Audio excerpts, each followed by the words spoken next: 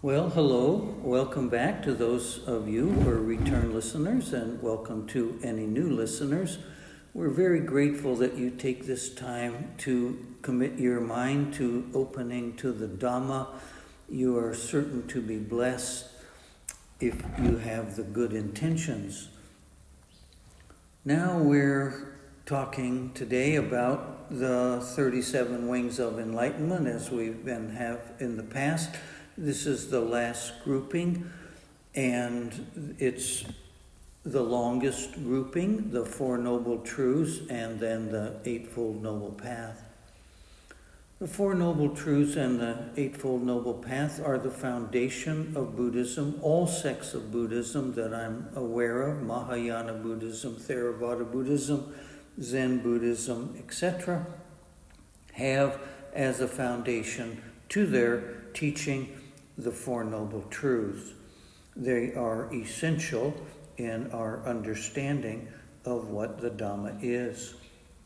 So, the first Noble Truth is that there is suffering, or that life is suffering. I like the idea that life is suffering rather than there is suffering, because it's inclusive. It includes all the fun and excitement and sensual pleasures that we experience through the six sense doors as defined as suffering. So why would we do that when we are so desperately seeking to avoid suffering, to go places and do things and eat things and hear things and smell and taste and touch and think and experience in every way possible of pleasure, of fun, and avoid at all costs the opposite, displeasure, unhappiness, depression, sadness, physical, emotional pain, loss, etc. So let's take a look at that. The first Noble Truth is there is suffering, dukkha. There is pain, distress, discontent, and stress. Why would the things that we enjoy fall under the category of suffering? And the short answer is because they don't last, because they are subject to the laws of anicca, of constant change. All formations are impermanent. That's the parting words that Buddha gave at the time of his passing into Nibbana. He said, all formations are subject to decay. So what's a formation? Well, the universe is a formation. Anything that can be perceived or experienced through the six sense doors is a formation. Thoughts are formations, emotions are formations, memories are formations, expectations, imagination are formations. Obviously, everything that we experience through the five senses, seeing, hearing, smelling, tasting, and touching, are formations. They are subject to change. They are impermanent.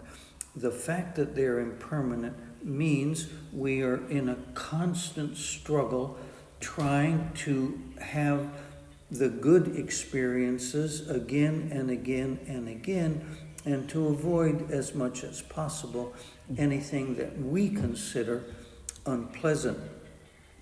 The visual image of this lifestyle is the donkey with the carrot on the stick just in front of his nose and out of reach of his mouth. This donkey is being ridden by death, and the donkey is so focused on the pleasure that he wants to have when he gets that carrot that he's heading right over the edge of a cliff. So that's us. We're the donkey, Donkeys are sometimes characterized as not being very smart. They are more difficult to train, etc. Were that donkey thinking that there is something in the world, if we could just get our hands on it, if we could just meet the right partner, if we could just have the best children, just have the best lifestyle, enough money to meet our cravings, something, if the weather would be nicer,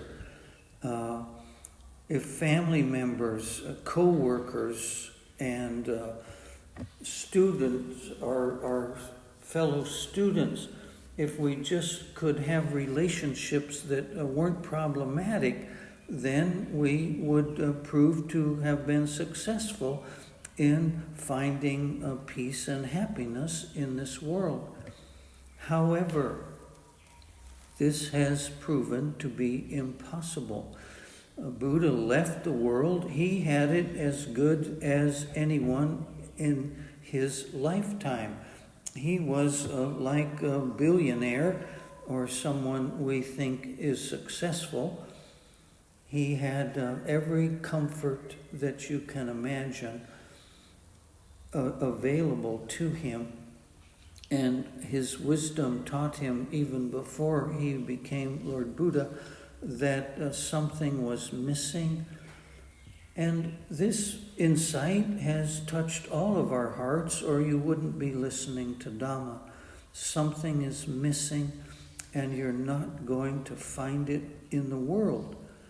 So understanding an intellectual definition of dukkha, that it's impermanent, that it's inconstant, it cannot be depended upon, no matter how great a sensation you might have, how pleasurable or delightful or amazing or astonishing an experience you might have.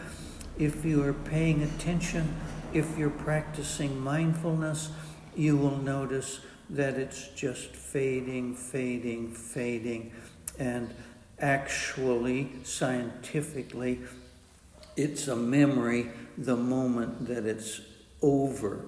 The sensations may remain on the body for some period of time, but now the whole experience resides only in memory. And memory is a kind of mirage. We can never quite get back to it.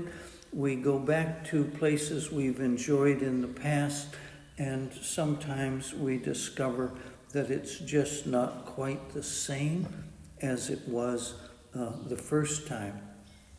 So, if we're going to practice Dhamma, it's our beginning step is to appreciate and understand what the definition of the Dhamma is. What is the definition of dukkha? How does it act in our life? How does it display in our life? How is it manifest in our life?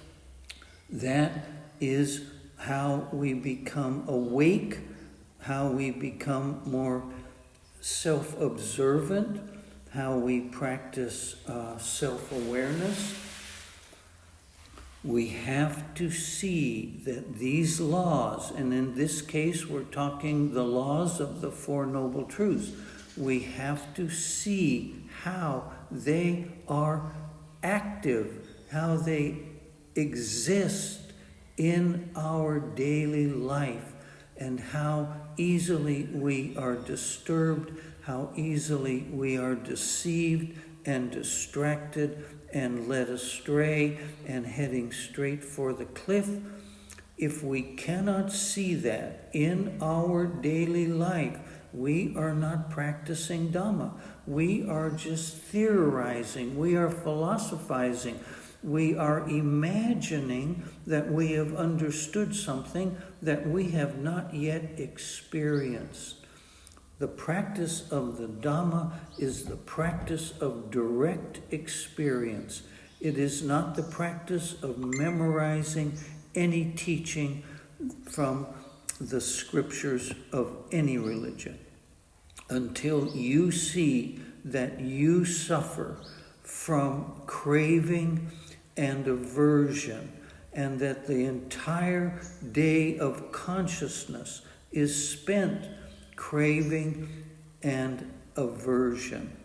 Until this becomes clear as a direct experience, we have not yet practiced the Dhamma that our Lord Buddha has given us so lovingly. Okay, that's step one of the Four Noble Truths. I'm going to have to make 10-minute talks about each one of them. I hope you'll tune into those as well. I encourage you to check out the booklet, the Kamathena, and download it. It's a free ebook. And follow along page by page and discover what you can about the Dhamma there. Thank you very much.